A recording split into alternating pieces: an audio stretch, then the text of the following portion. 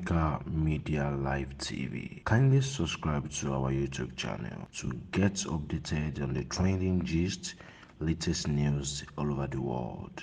Like our page, subscribe, and share with friends. Thank you.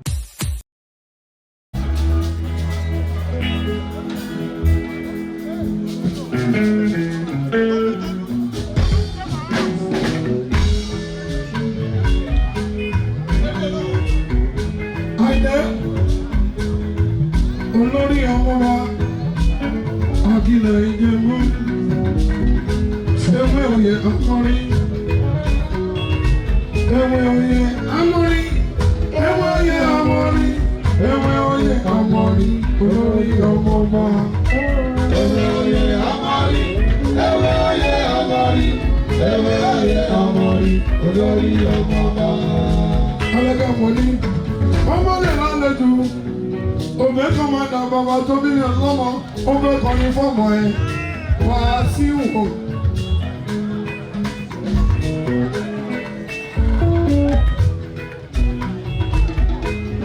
Olori Omoba.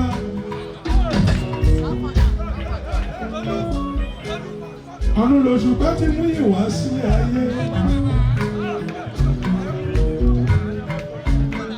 Ọlásùnkànmí. Adéṣọ̀yà, Olori Omoba,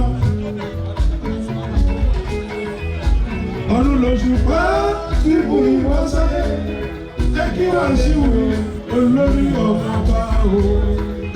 Ọdún lóṣù bá ti bù ìwọ sáyé, ẹ kí wá sí wù Olori Omoba o. Iṣẹ́ Ọlọ́run ni. Àtọwọ́ Ọlọ́run ní.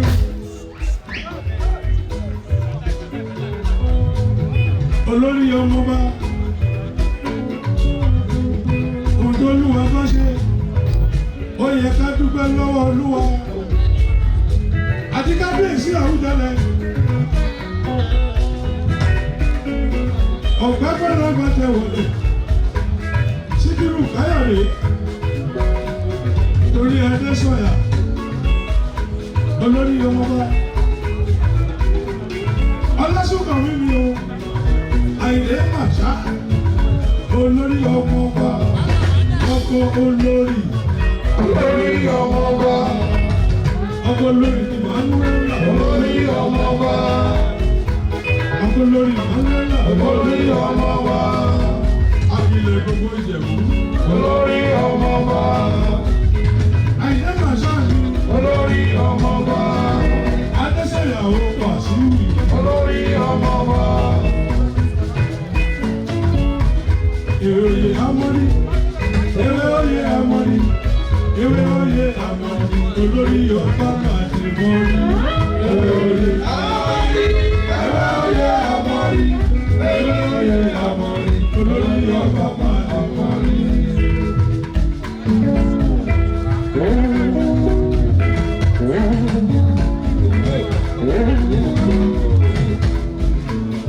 Ọmọ alájà Àlímọ́tù Ṣàdíá.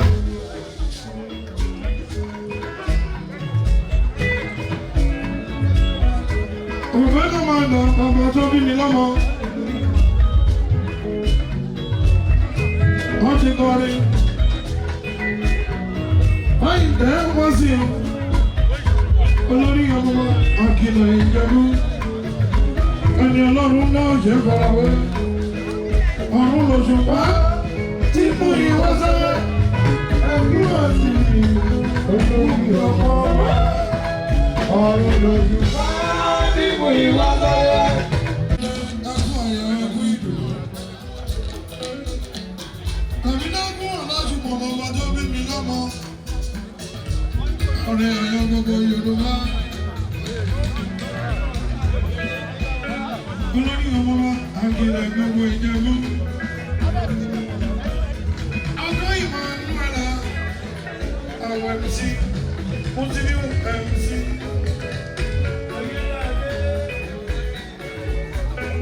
Ọkọ síwájú. Ẹ jọ̀ọ́, ṣe rí ibi tí sáàkù wáyé.